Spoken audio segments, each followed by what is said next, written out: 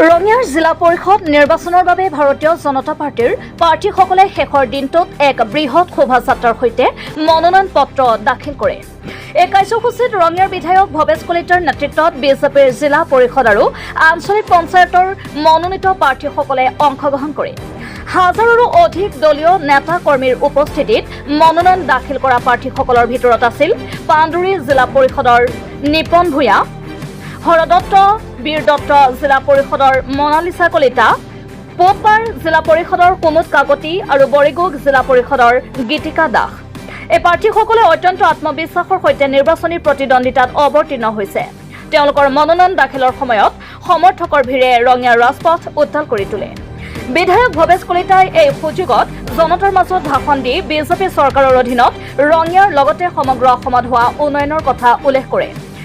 তেওঁ দাবী কৰে যে এই সৰ্বাংগীন উন্নয়নৰ ফলস্বৰূপে ৰঙিয়াৰ ৰাইজে এইবাৰো বিজেপিৰ প্ৰাৰ্থীসকলক বিপুল ভোটৰ ব্যৱধানত জয়ী কৰাব। আজি শেষৰ দিনত মনোনয়ন পত্ৰ দাখিল প্ৰক্ৰিয়া ইতিমধ্যে চলি আছে।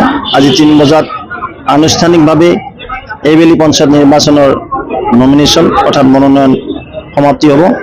সেই নিমিত্তে ৩১ নং ৰঙিয়া বিধানসভা সমষ্টিত আমাৰ 4টা জিলা পৰিষদ, হৰদত্ত বীৰ দত্ত জিলা পৰিষদ, পোপাৰ ৰঙিয়া জিলা পৰিষদ, বৰিগুগ জিলা পৰিষদ আৰু পাণ্ডুৰী জিলা পৰিষদ, এই 4টাৰ প্ৰাৰ্থীসকল ইতিমধ্যে আহি পাইছে। ভাৰতীয় জনতা পাৰ্টি আমাৰ মনোনীত প্ৰাৰ্থীসকল লগতে 25খনকৈ আমাৰ যি পঞ্চায়ত আছে, এই পঞ্চায়তৰ সন্মানীয় যি এপি মেম্বাৰ বুলি কয় আঞ্চলিক পঞ্চায়তৰ সদস্যা পদৰ কাৰণে আজি মনোনয়নৰ শেষ দিন। আৰু ইতিমধ্যে আমাৰ 21গৰাকী ভাৰতীয় জনতা পাৰ্টি, 4গৰাকী অসম গণ পৰিষদৰ টোটেল 25গৰাকী নমিনেশ্যনত অংশগ্ৰহণ লৈছে। দেশৰ সন্মানীয় প্ৰধানমন্ত্ৰী নৰেন্দ্ৰ মোদী ডাঙৰীয়া বলিষ্ঠ নেতৃত্বত আজি দেশৰ যি আন্তঃগাঁথনি বৃদ্ধি হৈছে, গৰিমা বৃদ্ধি হৈছে, ভাৰতবৰ্ষ এক শক্তিধৰ হিচাপে ৰূপান্তৰ হৈছে, ঠিক তেনে আজি অসমতো মাননীয় মুখ্যমন্ত্ৰী ডক্টৰ হিমন্ত বিশ্ব শৰ্মাৰ বলিষ্ঠ নেতৃত্বত অসমত যি বিৰামহীন প্ৰগতি যাত্ৰা, অনিৰুদ্ধ যাত্ৰা হৈছে, এই পঞ্চায়তৰ জৰিয়তে আৰু আমি অধিক সক্ৰিয়কৈ লৈ যাব বিচাৰোঁ। সেই নিমিত্তে দেশৰ উন্নয়ন, ৰাজ্যৰ উন্নয়ন, সামগ্ৰিক উন্নয়ন দেখা পাই ভাৰতীয় জনতা পাৰ্টীৰ পিনে ৰাইজ গুণমুগ্ধ হৈছে। আৰু সেই নিমিত্তে আমাৰ ৰঙিয়াতো যি উন্নয়ন হৈছে, আমি ৰঙিয়াৰ পিকচাৰ সলনি কৰি দিবলৈ সক্ষম হৈছোঁ। যোৱাবেলি যিদৰে আমাক পঞ্চায়তত আশীৰ্বাদ দিছিলে, নিশ্চিতভাৱে এইবেলিও ৰঙিয়াবাসী আমাক আশীৰ্বাদ দিব, মৰম দিব ভাৰতীয় জনতা পাৰ্টি NDAৰ সপক্ষে। নমস্কাৰ, মোৰ নাম শ্ৰী গীতিকা দাস। মই 2019 বৰিগুগ জিলা পৰিষদৰ পৰা এইবাৰ প্ৰাৰ্থিত্ব প্ৰদান কৰিম। কি ক'ম, আজি এটা বিশেষ দিন, বিশেষ বুজাব নোৱাৰা অনুভৱ এটা। ভাৰতীয় জনতা পাৰ্টিত আজি 12 বছৰৰ পৰা মই লাগি আছো।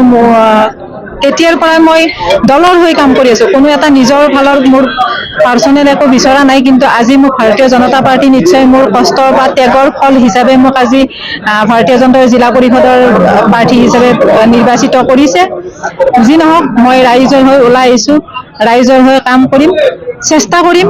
কিমানখিনি কি অসুবিধা আছে জানি বুজি লৈ মই ৰাইজৰ কাম কৰাৰ কাৰণে চেষ্টা কৰিম। নমস্কাৰ, মোৰ নাম শ্ৰী মনালিসা কলিতা। মই হৰদত্ত বীৰ দত্ত জিলা পৰিষদৰ পৰা আজি মনোনয়ন পত্ৰ দিম। মানে মোৰ বহুত ভাল লাগিছে, ৰাইজ ওলাই আহিছে। আজি আমাৰ ভাৰতীয় জনতা পাৰ্টিৰ যিখিনি উন্নয়ন, এইখিনি দেখি মানুহ ওলাই আহিছে। মই বহুত উৎসাহ পাইছো, মোৰ বহুত ভাল লাগিছে। মই ৰাইজৰ কাম কৰি যাম, ৰাইজৰ যিখিনি অসুবিধা আছে মই সেইখিনি পূৰণ কৰিব চেষ্টা কৰিম। সেইখিনি আজি বহুত ভাল লাগিছে। আৰু মূল ইছ্যু যিখিনি আমাৰ মহিলাসকলৰ যিখিনি আছে, আৰু মই মহিলাসকলক লৈ পেলাই মই অকমান হেৰি কৰিম আৰু চাম, আৰু এইখিনি যি হয় সেইখিনি মই বাকী ৰাইজৰ আৰু আমাৰ সমস্যা এইখিনি এনে তেনেকুৱা সমস্যা কি আপোনাৰ ধৰক কিছুমান 2-এটা ৰাস্তাৰ অকমান হেৰি আছে। মোক বাইদেৱে কৈছে, মোৰ বাইদেউহঁতৰ ৰাস্তাটোৰে অকমান কিবা হেৰি আছে, এইখিনি মই চাই দিম। মোক যদি ৰাইজে মোক আশীৰ্বাদ কৰে, ৰাইজে যদি মোক জিকাই লৈ যায়, মই সকলো সমস্যা সমাধান কৰিম। মই ৰাইজৰ কাৰণে ওলাই আহিছো, মোৰ ৰাইজেই মোৰ শক্তি। আৰু ৰাষ্ট্ৰীয় স্বয়ংসেৱক সংঘৰ আদৰ্শৰে অনুপ্ৰাণিত হৈ যোৱা 22টা বছৰে ভাৰতীয় জনতা পাৰ্টিৰ যুৱ মৰ্চাৰ সাধাৰণ সম্পাদক, মণ্ডলৰ সম্পাদক, মণ্ডলৰ সভাপতি আৰু উত্তৰ কামৰূপ জিলাৰ সাধাৰণ সম্পাদকৰ দৰে দায়িত্ব কাৰ্যনিৰ্বাহ কৰিছিলোঁ। আৰু এইবুলিও মই পঞ্চায়ত নিৰ্বাচনত ৰঙিয়া সমষ্টিৰ বিধানসভা সমষ্টিৰ ৰঙিয়া পোপাৰ মণ্ডলৰ অন্তৰ্গত পোপাৰ জিলা পৰিষদৰ ভাৰতীয় জিলা পৰিষদৰ সদস্য হিচাপে আবেদন কৰিছিলোঁ আৰু আপোনালোকে সকলোৱে জানে যে মোৰ অভিভাৱক ৰঙিয়া সমষ্টিৰ সন্মানীয় বিধায়ক ভৱেশ কলিতা ডাঙৰীয়াদেৱ, মোৰ সন্মানীয় ৰাজ্যিক সভাপতি মোৰ প্ৰাণ শ্ৰদ্ধাৰ দিলীপ শইকীয়া ডাঙৰীয়াদেৱ আৰু মোৰ অতিকৈ আদৰৰ শ্ৰদ্ধাৰ উত্তৰ কামৰূপ জিলাৰ সন্মানীয় সভাপতি ভাস্কৰজ্যোতি কলিতা ডাঙৰীয়া, মোৰ মণ্ডলৰ সন্মানীয় সভাপতি দিগম্বৰ পাঠক ডাঙৰীয়া আৰু মোৰ সকলো দলীয় জ্যেষ্ঠ কনিষ্ঠ সকলো কাৰ্যকৰ্তাৰ মোৰ ওপৰত যি বিশ্বাস আৰু আস্থা ৰাখি দলীয় টিকেট প্ৰদান কৰিছে, মই আপোনালোকক কথা দিলোঁ যে সকলো দলীয় কনিষ্ঠ জ্যেষ্ঠ সকলোকে লগত লৈ আমাৰ ৰাইজৰ যিবিলাক অভাৱ অভিযোগ আছে সন্মানীয় বিধায়ক মহোদয়ৰ লগত আলোচনা কৰি সৰ্বতো প্ৰকাৰৰ চেষ্টা কৰিম। আৰু আমি সকলোৱে জানো যে আমাৰ চৰকাৰৰ যি মটো সমাজৰ শেষজন ব্যক্তিক ঢুকি পোৱাকৈ যে কাম কৰা যি এটা কাৰ্যপন্থা সেয়া মই আগবঢ়াই লৈ যোৱাৰ কাৰণে চেষ্টা কৰিম আৰু সকলোবিলাক আপোনালোকৰ লগত আলোচনাৰ মাধ্যমেৰে হ'ব নিশ্চিতভাৱে। এইখিনিতে সকলো ৰাইজক পঞ্চায়ত নিৰ্বাচনত দলে বলে সকলোৱে উৎসাহ উদ্দীপনাৰে ওলাই আহি যেন প্ৰতিজন ৰাইজে পঞ্চায়ত নিৰ্বাচনত সৰহসংখ্যক ভোট দি আমাৰ চৰকাৰক এক ৰাইজৰ কাৰণে কাম কৰাৰ কাৰণে উৎসাহিত কৰিব বুলি।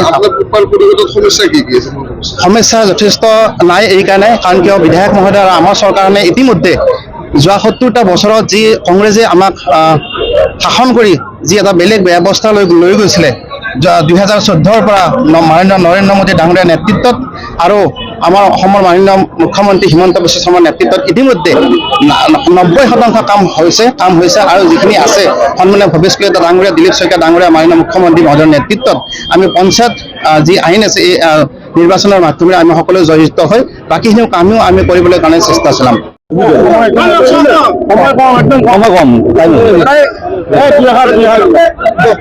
নমস্কাৰ, মানে মোৰ আমাৰ নিশ্চয় এটা ধন্যবাদ জ্ঞাপন কৰিছোঁ। মই আগন্তুক এই আমাৰ পানীৰ মাজৰ পৰাই JPC ইলেকশ্যন চলি আছে, গোটেই সকলো সহযোগিতা বিচাৰিছোঁ।